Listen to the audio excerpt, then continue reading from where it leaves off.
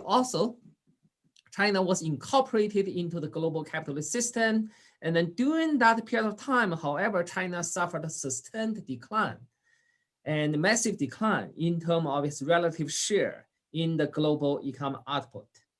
So it declined from about 1/3 of the global economic output to about 5% by the mid-20th century. And after that, we are using the market exchange rate measure. And so by the 1980s, at one point, China's share was as low as about 2% of the global economy. Hi, everyone. I hope everyone is doing well today. I hope everyone's Trinity term is going well so far and everyone's staying safe from COVID. My name is Lauren Monty, and I'm actually a postgrad here at Oxford at the Latin American Center. I'm doing research on sustainable investment in Brazil, and I will be hosting this event for the Oxford Economics Society today. It is my absolute privilege to introduce Dr. Li-minqi, who is a professor of economics at the University of Utah, and who has published extensively on topics such as the long-term movement of investment profitability and its impact on economic performance, global financial imbalances with a focus on the Chinese and the US economy, as well as energy and environmental issues, among many others. Today, he will be speaking with us on the rise of China and the future of the capitalist world system.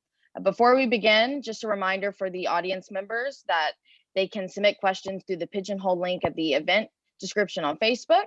And so on the meanwhile, it is my privilege to have Dr. Li-minqi here today. And Professor, whenever you're ready, feel free to begin.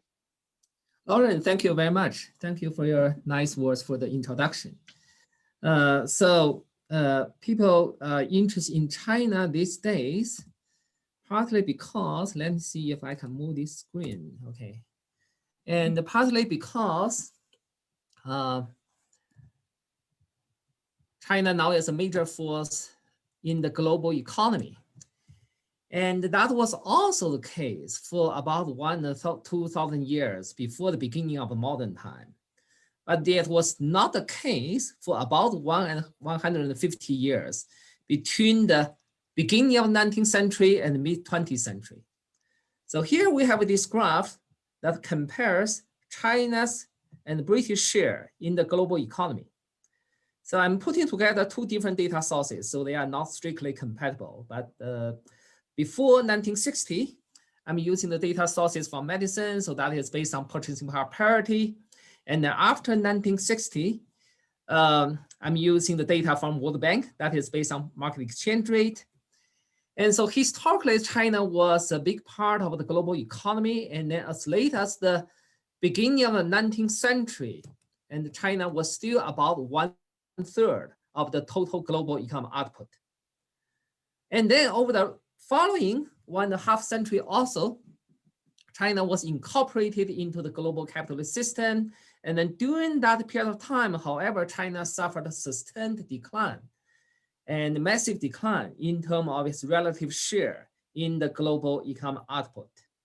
So it declined from about 1/3 of the global economic output to about 5% by the mid-20th century. And after that, we are using the market exchange rate measure.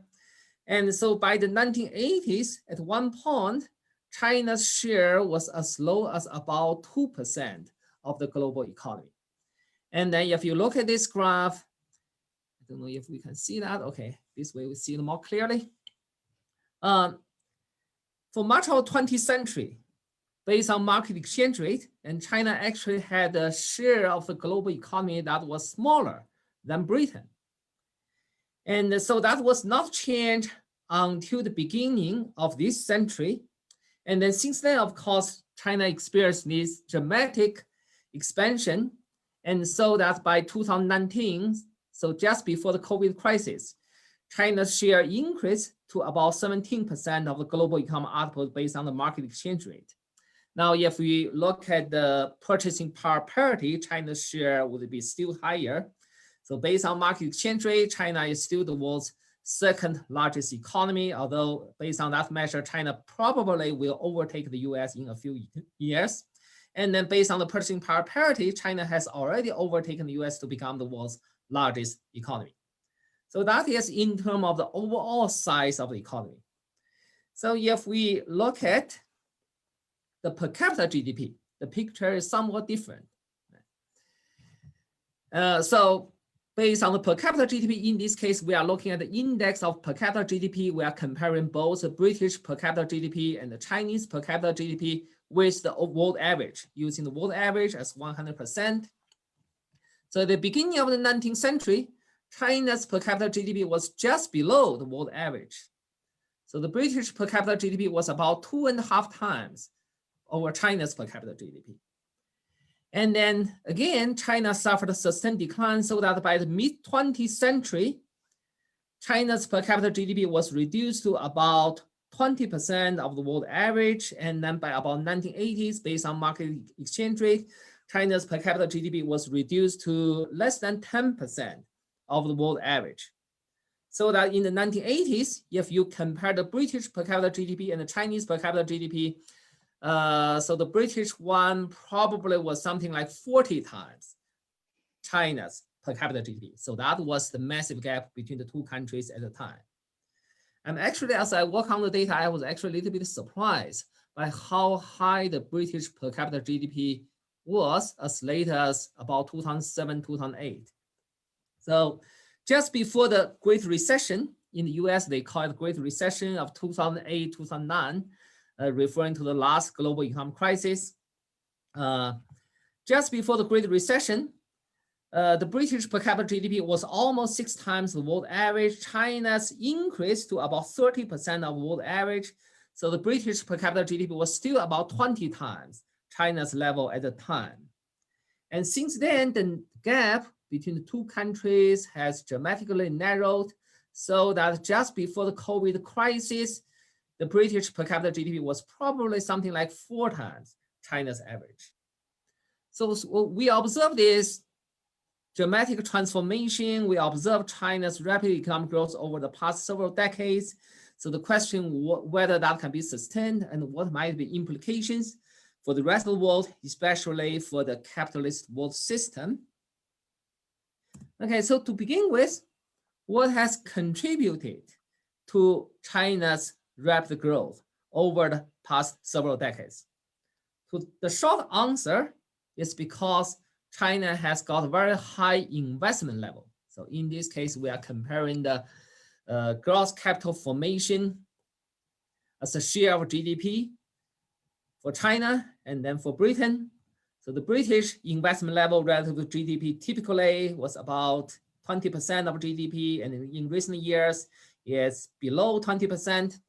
And then by comparison, in recent years, China's investment level has been around 45% of the China's GDP. Roughly speaking, 1/2 of China's economic output is committed to capital accumulation or replacement of old capital stock that wears out. But what has made this massive investment in the Chinese economy possible? One answer, it is based on, unfortunately, very intense exploitation of the Chinese workers. So in this case, we are comparing the labor income share. So the part of GDP that goes to workers' wages, salaries, welfare benefits, and then also some of the labor income of the small business. So that's the labor income share of GDP. So the British labor income share has been about 55% of GDP. And then by comparison, from 1990s to the first decade of this century, China's labor income share was only about 40%. It's actually below 40% around 2010. Although since then, China's labor income share has recovered somewhat. So not only the Chinese workers are paid low wages, they also work extremely long hours. So an average Chinese worker works about 2,300 hours over the course of a year. And then by comparison, an average British worker works for about 1,500 hours over the course of a year. So an average Chinese worker works by something like 760 hours longer than the average British worker over the course of a year. So the combination of long working hours and low wages means high profit. And so China's profit share, so in this case, we are talking about the capitalist income. So the capitalist profit includes what we commonly know as the corporate profits, as well as small business profit, interest, rent. So all of these are different forms of capitalist profit. So the total capitalist profit as share of China's GDP rose to about 38%, so almost 40% over the period of 2005 to 2010. So almost twice as high as the British profit share. And then again, in recent years, that has declined somewhat, but today it's still about 10 percentage points higher than the British profit share. Now, China's advantage in high profit share has been partially offset by relatively low output capital ratio. So you can think about this output capital ratio as a measurement of capital productivity. So I'm using GDP divided by the business sector capital stock.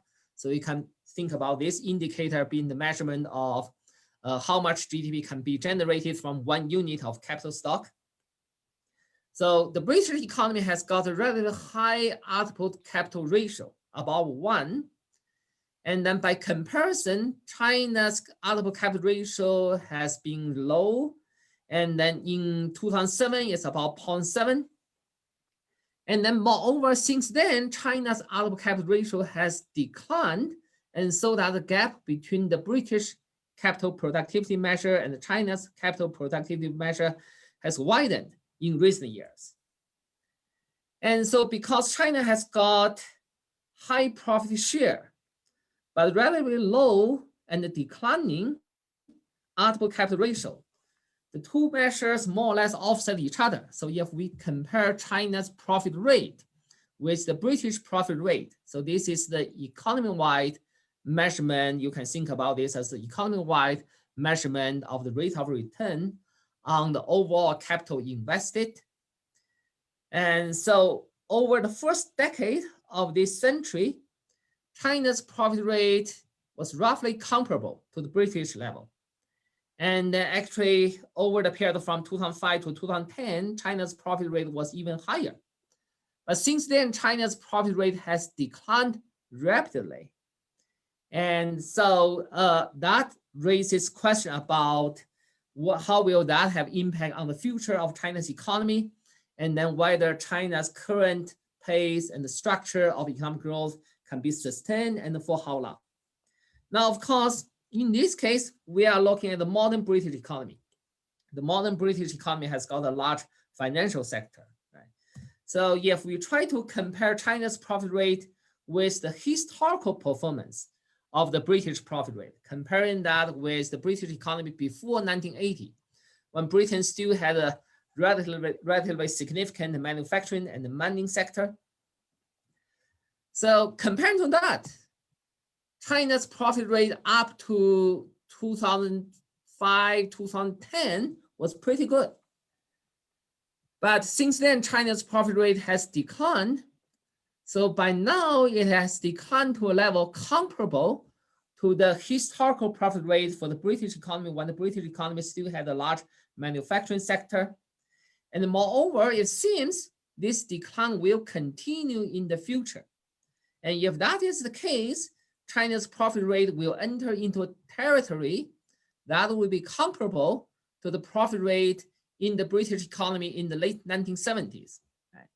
And of course, I guess most of the audience today are young people, but I guess you still learn from history book about what happened to Britain during the 1970s. It was time of major economic and political instability in your country. Okay, so that suggests that if this decline of the profit rate continues, it will raise major questions about the sustainability of China's growth. But what has contributed to this decline profit rate? And so we have seen the decline of the output capital ratio. That is the major factor behind this decline profit rate. So how should we understand this decline of China's output capital ratio? There are several possible explanations. One, if you're a Marxist political economist, and you probably would think about the hypothesis of the rising organic composition of capital. So the hypothesis that over the course of capitalist technological progress, the technology will become more and more capital intensive, and that will make the profit rate lower. The second hypothesis is that if you come from the new classical perspective, you might think that China has a state-dominated economy. So perhaps because of that, Chinese investment is inefficient. But the problem with this hypothesis is that the role of the sector in the Chinese economy has become smaller, not larger, over the past several decades. So back to the 1990s, the state sector probably accounted for more than 50% of the China's overall economic output. Now it's less than 20%. And moreover, that 20% includes the government sector. If you exclude the government sector, the pure state business sector accounts for probably less than 10% of China's overall economic output. And then the third possible hypothesis, if you come from the world system perspective, so you might think this would suggest China has run into structural constraints similar to other semi-peripheral countries, like what happened to Eastern Europe, Soviet Union, and Latin America in the 1970s and 1980s. So what happened to those countries was that in the mid-20th century, these countries were the major beneficiaries of global capital relocation as well as technological catch-up. But by the 1970s, these countries have experienced several decades of industrialization, urbanization. So the new urban middle class as well as working class now demand broader range of economic social rights. But these countries, despite their technological catch-up, they could not compete with the leading capitalist economies on the technological frontier. And so squeeze between this inability to move to the technological frontier and then the growing demands from the domestic social classes. And these countries run into major economic and political crisis. So China probably is going to enter into a similar kind of situation. So if we look at what happens to China's labor force, okay, so in this graph, before 2020, we have the historical data of China's labor force and employment.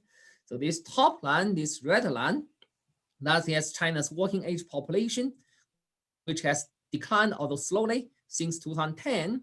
And this green line, that is China's labor force. This blue curve, that is China's urban employment. And then after 2020, we have the projections from the United Nations. So this top black curve, that is the total working age population.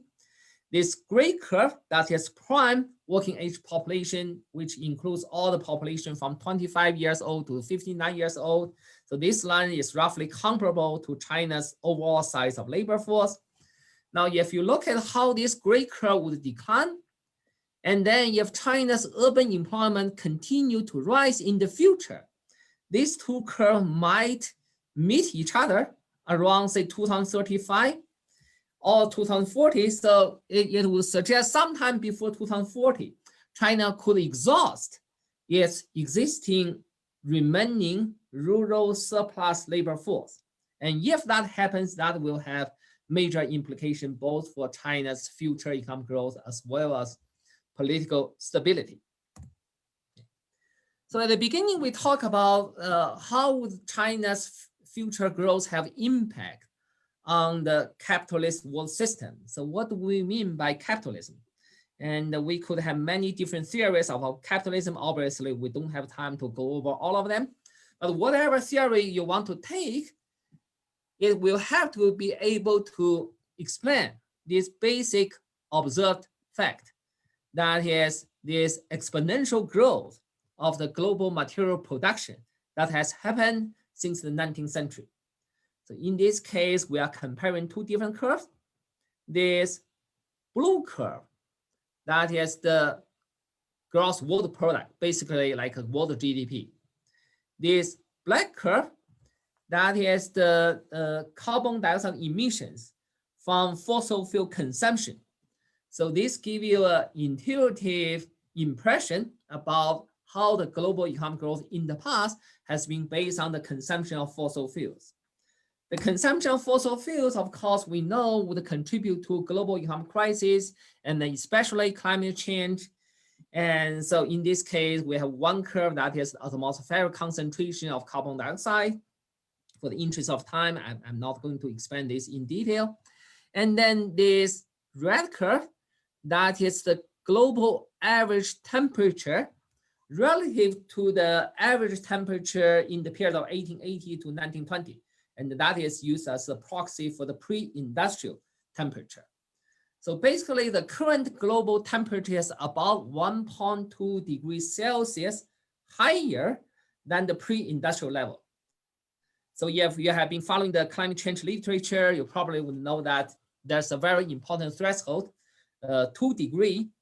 So if the global warming rises about 2 degrees relative to the pre-industrial time, it's going to lead to all kinds of catastrophic consequences, including runaway global warming that could threaten the future existence of human civilization.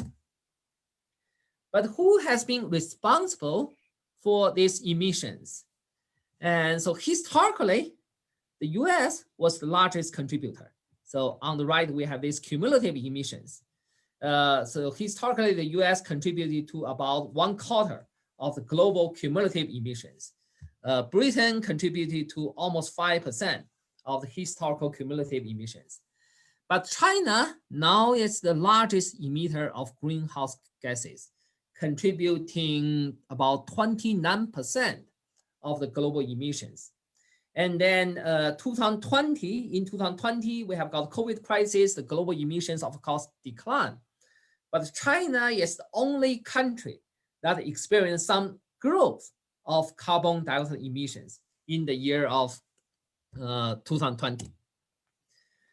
Okay, so yes, there's still hope for the world to achieve a kind of climate stabilization that is consistent with the requirement of global ecological sustainability. And the part of the difficulty has to do with how to divide up the allowance, or you might say the budget of the future global emissions between different parts of the world, because different parts of the world are responsible for different shares of the global emissions, and they also have different positions in the global economy. Okay, so without going into the details, there are two political principles that might be acceptable to different countries. One is what people call the inertia principle. So under the inertia principle, each country is entitled to the share of the future global emission budget that equals its current share in the global emissions. And then on the other hand, under the equity principle, each country is entitled to a share of the future emissions that equals its current share in the population. So basically, the inertia principle is more favorable for the developed countries, and then the equity principle is more favorable for the developing countries. So if we look at the implications of these two different principles, so suppose our objective is to limit the future global warming up to the end of this century to no more than 2 degrees relative to the pre-industrial time. Now, let me emphasize, this is a very modest and actually insufficient objective, because we are talking about no more than 2 degree warming by the end of the century. And that does not rule out further warming over the course of the 22nd century and beyond.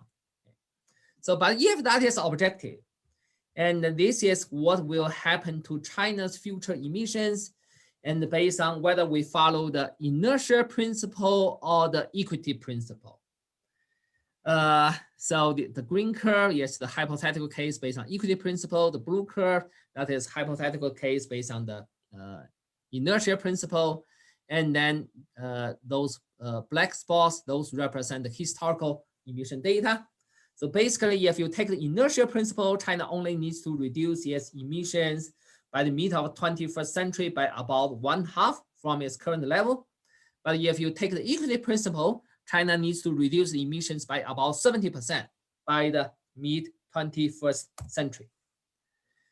Now, if you take the inertia principle, China will need to reduce its emission by about 2% a year. Now, if you take the historical decline rate of emission intensity of GDP, and so the implied future economic growth rate would be about 2% a year for China. Now, that is still positive growth rate. But in the Chinese case, for a country that is used to 6%, 7% growth every year, and that raises question about whether China can maintain economic and political stability with such a low growth rate. But if we take the equity principle, and then the annual decline rate of emissions will need to be increased to about 3%. The implied growth rate would be lower than 1%. Moreover, that is to assume China would immediately start its emission reduction today. But if that is the case, if China continue to postpone its emission reduction, and then the required future growth rate compatible with this equity principle might turn negative after just a few years. But how about the OECD countries? And so again, we are looking at the historical emissions and then the implied emissions based on the inertia principle and equity principle. If we just focus on the equity principle for now, for the OECD countries, the OECD countries need to reduce the emissions from the pre-COVID level by about 80% by the mid-21st century, if it's going to meet its obligations under the equity principle. So under the equity principle, the OECD countries in average need to reduce emissions by about 5% a year in the future. And of course, in 2020, the decline rate of emissions for the OECD country probably surpassed this required decline rate. But obviously, we do not want to have a COVID crisis every year, right? But suppose this is the required decline rate of emissions, and then based on the historical decline rate of emission intensity of GDP, the OECD countries will need to reduce their economy by 3% every year. So obviously that would not be a situation compatible with economic and political stability in the capitalist society. Okay. So what will happen to the world system in the future? Okay, so I don't know how many of you have read Communist Manifesto, but even if you have not read Communist Manifesto, you probably have heard that at some part of the Communist Manifesto, Marx talked about that in the future, the bourgeoisie therefore produces above all are its own grave diggers. So the proletariat will become the grave diggers of modern capital society. Okay. So the interesting question is, why up to this point, the proletariat or the working class has not yet become the grave diggers of capitalism? And there are several possible answers. And some would argue that that is because of the enormous economic and technological progress that has been brought about by the capitalist system. And some, like Leninists, would argue that after the early 20th century, the developed capitalist countries have become the imperialist countries, and the imperialist countries could exploit super profits from the rest of the world. And then the Western working classes actually benefited from that. And so that might help to explain why the working class has not yet pursued the revolutionary overthrow of the capitalist system. And then after the mid-20th century, of course, we no longer have colonies for the most part. We no longer have colonies in non-Western world. So as a variant of this Lenin theory, the world economic theory argues that the developed capitalist economies continue to benefit from unequal exchange. So that is like the modern way to transfer economic surplus from the periphery part of the capitalist world system to the core part of the capitalist world system. And then on the other hand, if you focus on the ecological perspective, you might argue that the past economic growth, including the technological progress, has been based on environmental damage, resources depletion, especially the consumption of fossil fuels. And so for that reason, that cannot be sustained in the future. So we are in this major transition period, and which you might refer to as a period of 21st century crisis.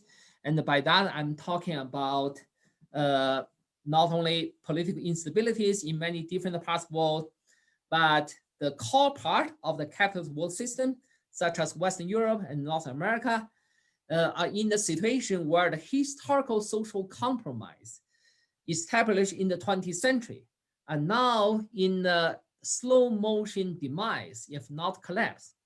And moreover, we have run into a period when economic growth probably would no longer be compatible with the requirement of global ecological sustainability. So what are the solutions, or what could be the outcomes? So there are several possibilities. And some, including some sections of a global ruling elites, have proposed this idea, Great Reset. So roughly speaking, the idea is that we want to rebuild social contract in the Western part of the global capitalism. And then we want to use technology and to find a solution, and so that we can have green growth or economic growth with ecological sustainability. But what if this great reset idea fails?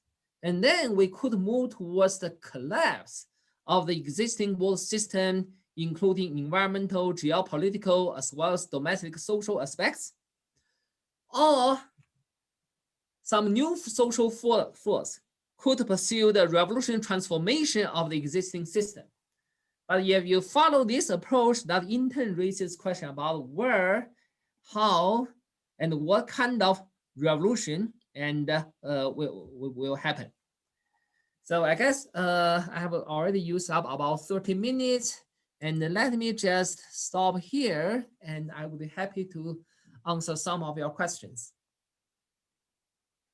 Sure. Thank you so much for that presentation. That was really insightful.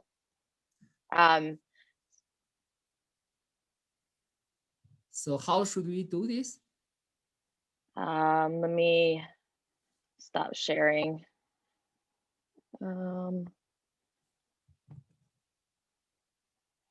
I can stop share here. There we go. Okay.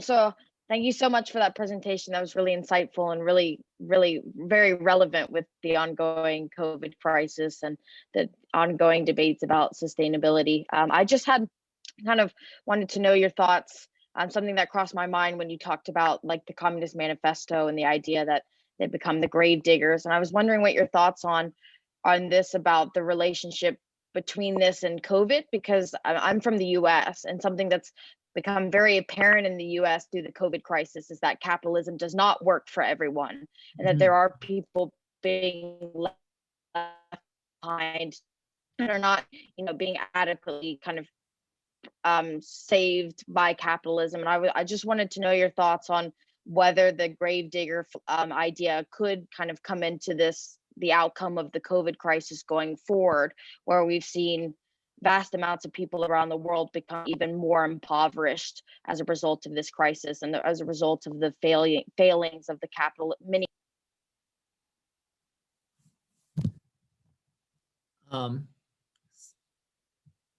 So is the connection still good? Yes, it is. Oh, okay. All right. Yeah, thank you for your question. So yeah, and of course we are still in this COVID crisis, and so right now the various kind of COVID cases continue to rise in different parts of the world, and we have already passed the threshold. I think about 150 million in the world have already been infected, and that number is continuing to rise. And this point we still don't know, and where is going to be the end. And then regarding the United States, of course, that COVID crisis has got devastating consequence and on the livelihood for a large section of the population. And then, but in terms of immediate future, let's put it this way, things probably will have to become worse before it can become better, right? And so even though we have a change of government, and then the new administration has now proposed some new economic policies, including the new spending plan on both infrastructure, as well as some part on welfare, as well as healthcare. But we will see how that play out. And so one interesting finding based on the preliminary data, despite a very deep economic crisis that happened in 2020, the American capitalist profit last year actually increased rather than declined. Right? And so based on the current situation, so I'm not confident, given the American capitalist situation, that a 20th century style social compromise can be reestablished. So in other words, to have a situation that can meet the basic needs in healthcare, education for a large section of the population, providing a meaningful job to everyone, and within the capitalist framework. So I'm not confident this kind of social compromise can be achieved. So we will see how this develops. And so perhaps as the various economic, political, and ecological pressure continue to deepen, and then, so for example, and in the earlier part, I talk about China might enter into this crisis similar to other semi-peripheral countries. And so if that is the case, and we might see some major social change in China in the next several decades. And if that happens, that could be a factor which contribute to global progressive transformation. Wow, thank you so much. That's really insightful. Kind of along that lines, as someone who's researching Brazil and its kind of interactions with China, with sustainable kind of investment in green technology, I was wondering your thoughts on kind of China's efforts to increase green technology, because it does seem like it's kind of acknowledged the oncoming ecological and environmental crisis, and that it seems to be working towards that. But I wondered how fully or deeply committed to that it really is, or how much that it's really kind of, or how much it's transitioning its investment from the traditional manufacturing to that green technology with a long-term perspective, or whether this is something that they're just trying to take advantage of because of the kind of the profitability. Now, of course, if we want to have sustainability, eventually we have to have this transition towards renewable energies. We have to replace all the existing form of traditional energy by the sustainable type.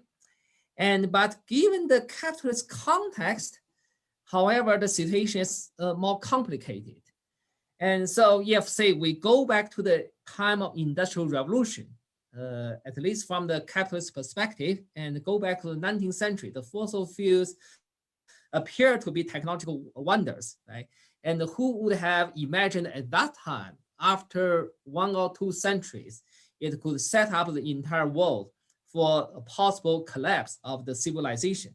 Right? And so similarly today, and when people talk about green technology, it might appear to be sustainable in one aspect. Say solar electricity might seems to be wonderful, right? But the minerals you use to build those solar technology equipment are not renewable. So even if you are building this technically renewable energy, you have to use non-renewable minerals, and moreover, those minerals need to be extracted from the peripheral part of the capitalist world system, and all often under horrible conditions for the local population. Right? And so in this capitalist system, therefore, even what on surface is sustainable technology might have serious side effects that are not sustainable in the long run. And so in the future, I think we really want to have a moving towards world, and that is not based on individual consumerism, not based so much on electronic cars, but a world without the kind of consumption pattern based on cars, but instead with a new pattern based on public transportation. Wonderful. Thank you so much. So we've had a question from one of our viewers.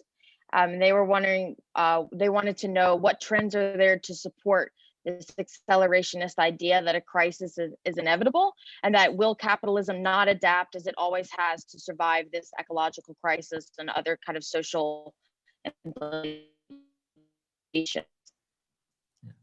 Well,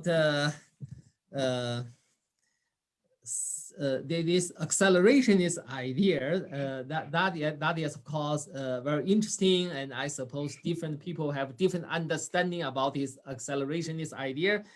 Now, for one, I do believe capitalist crisis and then the eventual demise of capitalist system is historically inevitable. But if by accelerationist idea, we are talking about intentionally making the situation worse, and especially something like intentionally making the environmental condition worse, intentionally making people's living conditions worse. And I would definitely discourage people from pursuing that kind of ideas. And on the one hand, morally it's wrong, and we don't want to make the life more miserable for people, because life is already miserable enough. And then also from the political strategical point of view, and by doing that, you are losing the support, using the Marxist Maoist language, you are losing the support of the masses, right? And we do not want to lose the support of the masses. We want to unite with the masses and then mobilize the masses, and in order to transform the society. So I guess that's my thought about this accelerationist idea. And similarly, kind of along that lines, when you mentioned the idea of like Wallerstein, I know that Wallerstein kind of seems to come to the conclusion that there's kind of two ways out. One would be like an authoritarian way out of this structural crisis, and one would be more of an egalitarian or democratic way. In your mind, kind of going forward, what do you see as most likely being the case? Do you think that following COVID, the authoritarian would be the approach, or do you think that the more democratic or egalitarian is still possible following kind of this crisis and the ongoing climate debates? Well, let's say we all hope for the second possibility, right? And then we all fight for the second possibility. But regarding the likelihood, the honest answer is that it's difficult to say. Mm-hmm. And in the short run, and I would say, unfortunately, in Western Europe, as well as North America, the scope of major progressive social change is very limited. And this is partly because of the very complicated social contradictions, the interconnection between class, ethnic, religious, and racial conflicts, and then also partly because of the constraint of the global capitalist economy. So some years ago, we observed this, this radical left movement in Greece, which briefly became the governing party in Greece, right? But they were constrained by this European monetary system, and there were major difficulties for them to break away from the system. So because of this kind of economic constraints, and so in the short run, it's very difficult to accomplish decisive progressive social change in the part of Western Europe and North America. But nonetheless, the working classes in this part of the world can still play an important role. And by fighting for their existing interests, by resisting any attempt of capitalist attempt to take away their existing benefits as well as welfare. That is, on one hand, in in their short-term interests. And then on the other hand, even the defensive attempt on the part of the Western working classes can provide indirect support for the working class struggle in the rest of the world. And so I would see perhaps the chance of major transformation might first happen in some part of the semi-periphery of the capitalist world system. And I personally am hopeful that the Chinese working class and in the next 1 or 2 decades and might play a very constructive role in this future global transformation. Thank you so much. Another question about kind of China and the working class. I wanted to know your thoughts on what would the role of the middle class be? Because obviously there's an issue with kind of meeting the demands of this middle class going forward, and if there's implications for kind of a decline in economic growth, or China's having to maybe going to have to shift its investment patterns. And I just wanted to know your thoughts on where would the middle class fit in this kind of debate? Because obviously, with the rising in living standards and their kind of their demands, that's not going to be easily simply kind of reversed by just saying, oh, we need to be more sustainable, you need to consume less. So I just wanted to know your thoughts on where the middle class kind of comes into this debate and potentially the solution as well, particularly within China. Well, regarding middle class, of course, by the term middle class and the different people might think about different social groups. Okay? And for myself and for middle class, I would think about what I call petty bourgeoisie, okay? And referring to the particular section of the capitalist society, and that typically would include all the highly skilled professional workers, and that would include people such as university professors. I myself would belong to that, and or doctors or engineers, some technicians, and many middle-level managers, right? Low or middle-level managers. And so these people, they, in some way, they have some similarity with the working class. We receive the income typically in the form of wage salary. So technically, we also belong to the kind of wage workers. And but on the other hand, and because this middle class or petty bourgeoisie play some particularly important role for the capitalist society. So for example, engineers play particular role for the capitalist technological development.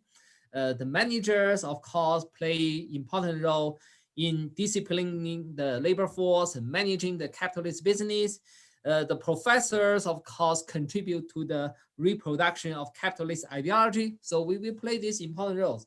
Because of this important function of this social group, under certain conditions, the capitalist class would be willing to provide a small share of the surplus value. So allowing the middle class to have relatively high level of material living standard. Right? And then during the time of neoliberal capitalism, this middle class has also played complicated role. In the early period, the middle classes in different parts of the world are generally supporters of the capitalist globalization because they believe they could materially benefit from this process for different reasons in different parts of the world. But in the later part of neoliberal development, and there has been this growing tendency for the capitalist class to not only impose intense exploitation on the ordinary workers, but also on the what are historically considered to be the relatively privileged part, whether you call it middle class or petty bourgeoisie, right? So for teachers or even for university professors, and we now all experience different forms and different degrees of speeding up, and in terms of teaching, research, and also the growing pressure to do research for capitalist business, from the university administration. Right? And then in the Chinese case, there has also been this growing tendency of intense exploitation. And so that the software engineers in China these days talk about the so-called 996 regime, and which is you begin to work 9 o'clock and then does not finish your work until 9 o'clock in the evening. And that way, 6 days every week. And that does not yet count the so-called voluntary extra time, right? And so they are experiencing this kind of enormous pressure. And so because of that, whether we are talking about North America, Western Europe, or China, there seems to be this tendency for the radicalization for some section of the middle class, especially the young people, and who feel this kind of pressure most intensely. Right? Like in the US, many young people these days have to live with their parents together, even when they have grown up to say late 20s or 30s. And so this was not a part, definitely not a part of the American cultural tradition, right? And so because of that, there have been this tendency for the political radicalization for the young people who are either a part of middle class or about to enter the middle class. And this merging of the radical elements of the middle class and the growing political mobilization of the working class, and could be a very promising factor and for the future social progress. Thank you so much. That's really insightful. I think maybe one last question. I just had a question about kind of China's role in the continued economic growth of the global economy, because obviously China was the only major economy in 2020 to have a positive annual growth rate of 2.3%. And I was just wondering your thoughts on whether China will be able to continue this position, given the kind of, as we talked about, the declining ratio income and all of that. And so I just wanted to know your thoughts on kind of whether China will be able to hold out on this position, or whether, you know, it may have to drop back, or what the implications of that are within the kind of the global hierarchy and competition between states. So I would say in the short run, yes. And then in the medium and the long run, probably no. And so in the short run, and as you said, and China is the only major economy that had positive growth last year. And then probably we'll have the highest growth rate this year among all the major economies. And so before the COVID crisis, China accounted for about 1/3 of the global economic growth. So in the next few years, I would expect this share could move even higher. And so as far as the short run is concerned, right? And but beyond, say 2030, and then we could enter into a period when the various kind of economic, political, and ecological contradictions of China would converge. And so that's when the major trouble would emerge.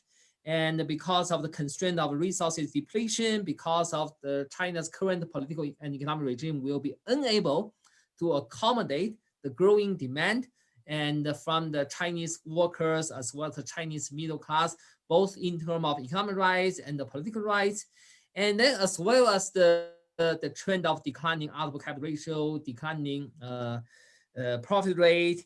And so beyond that, we probably would see major economic and political instabilities.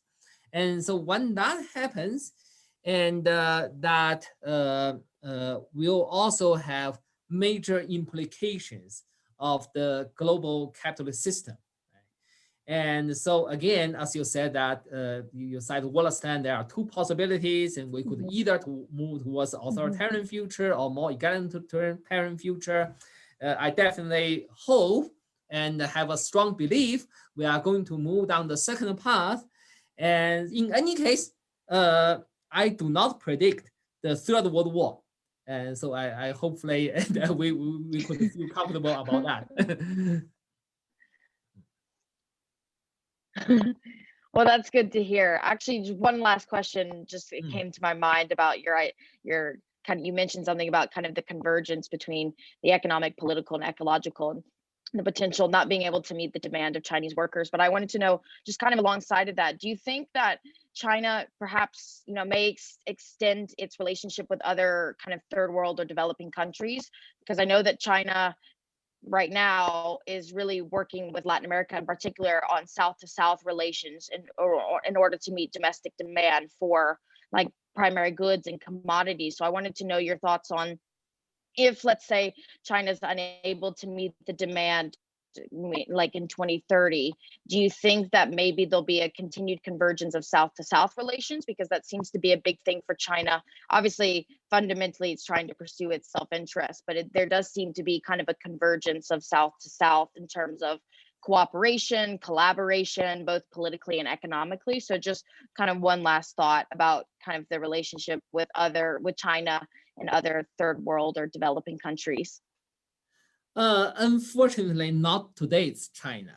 And we are not talking about the socialist revolution in China half a century ago. We are talking about the fundamentally capitalist China. And then in terms of its relationship with the rest of the world, including the relationship with the peripheral countries, China today, whether we are talking about the state or the various capitalist groups, are mainly interested in trade and profits. And so whether that could serve as a kind of counterbalance against the Western capital influence, that would be an interesting topic. But I do not see, for the major part, I do not see China's interaction with other Asian countries or Latin America or Africa to be a significant progressive factor. Well, thank you so much. That's about all the time that we have. I just wanted to say thank you so much, Dr. Li-minqi. This has been really helpful, really informative, and just wanted to say thank you so much for being willing to come on and give your insights. And I also wanted to give a reminder to the kind of our Oxford Economic Society members that we're having another event on May 19th with Anwar Shaikh about kind of real economic analysis. So be sure to check that out. But thank you so much, Dr. Li-minqi. It's been very helpful and very insightful. And so thank you again. Thank you. Yeah.